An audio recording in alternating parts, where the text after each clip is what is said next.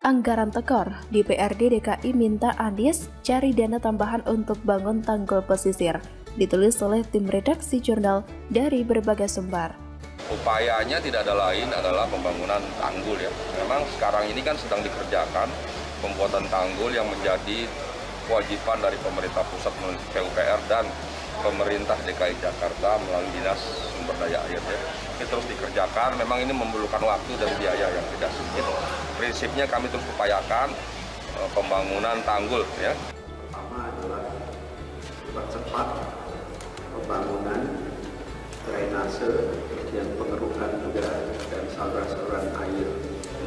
Dan yang kedua adalah mensiagakan pompa-pompa air pada titik-titik yang rawan banjir karena sifatnya genangan atau lebih rendah.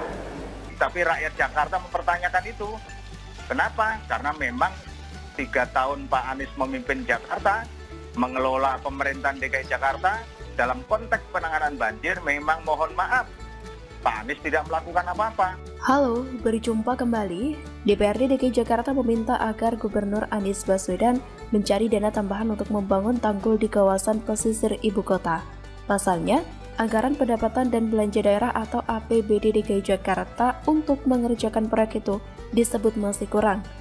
Ketua Komisi D DPRD DKI Jakarta Ida Mahmudah mengatakan penambahan anggaran itu untuk mengebut penyelesaian kewajiban pemerintah Provinsi DKI Jakarta membangun 19 km tanggul, sementara Kementerian PUPR harus mengerjakan 11 km sisanya. Ida menjelaskan pencarian dana bisa dilakukan dengan menggunakan skema seperti Corporate Social Responsibility, kewajiban koefisien luas bangunan atau KLB dan juga lainnya.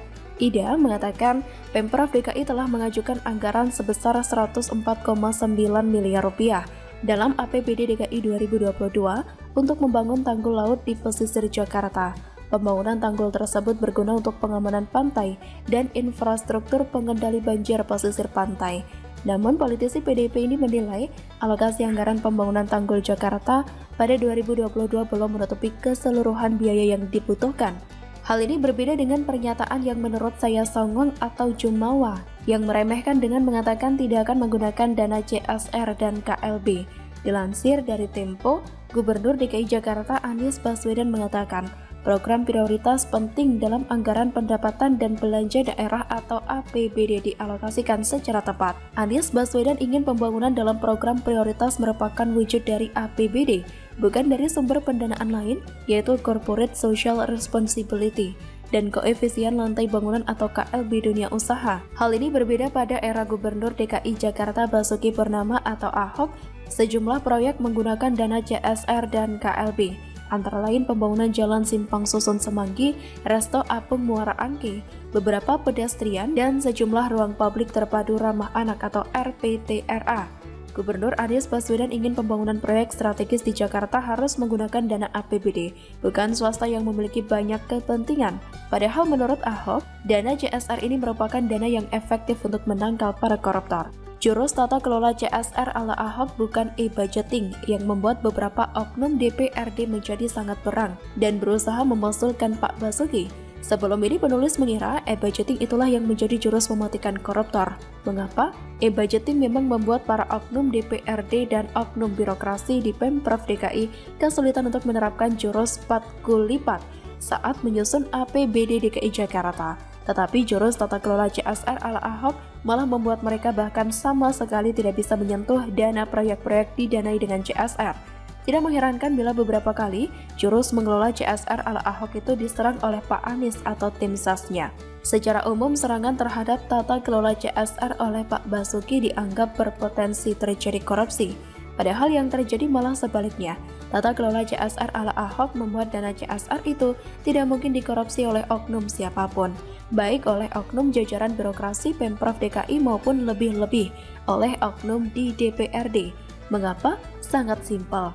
Tata kelola CSR ala Ahok adalah ibarat membuat jalur baru yang tidak melewati jalan terjalanan rawal begal bernama APBD DKI Jakarta. Analoginya gini, jika jalur alas Roban terkenal sebagai jalur rawan begal, maka Pak Basuki tidak mau melewati jalur alas Roban tersebut. Pak Basuki membuat jalan baru yang sama sekali tidak lewat jalur rawan begal. Pak Basuki membuat jalan pintas baru yang lebih pendek, lebih mudah dikelola, dan pastinya otomatis lebih cepat sampai ke tujuan. Jalur rawan begal yang selama ini menjadi jalur untuk mengelola dana CSR adalah memasukkan dana CSR ke dalam APBD DKI Jakarta lebih dulu. Dari situ barulah dibuat perencanaan proyek, lelang-lelang kepada para kontraktor pelaksana proyek. Mekanisme seperti itulah yang membuat dana CSR menjadi rawan untuk dibegal. Karenanya jalur tersebut penuh disebut sebagai jalur rawan begal. Penjelasan tata kelola CSR ala Ahok sebenarnya hanya membalikkan susunan atau urutannya saja, tapi dampaknya sangat dahsyat. Dana CSR tidak dimasukkan dahulu ke APBD DKI Jakarta untuk dijadikan bagian dari aset Pemprov. Dana CSR diminta dalam bentuk infrastruktur tertentu yang dibutuhkan Pemprov DKI Jakarta. Infrastruktur dibangun oleh pihak perusahaan menyandang dana CSR tersebut. Jadi, di tata kelola CSR ala Ahok, pihak swastalah yang merencanakan, menganggarkan, dan membangun infrastruktur. Setelah selesai, infrastruktur tersebut akan dinilai oleh independent appraiser untuk mengetahui nilai dari infrastruktur tersebut. Setelah selesai dinilai harga wajarnya, maka nilai itulah yang kemudian dicatat sebagai aset Pemprov DKI. Jadi dari sikap jumawanya Anies sudah terlihat ya, kalau ia tidak bisa apa-apa atau nihil kemampuan. Dan optimisnya Anies menggunakan APBD ini diberi tanda kutip bahwa apakah dana tersebut yang dapat diselewengkan. Bagaimana menurut Anda?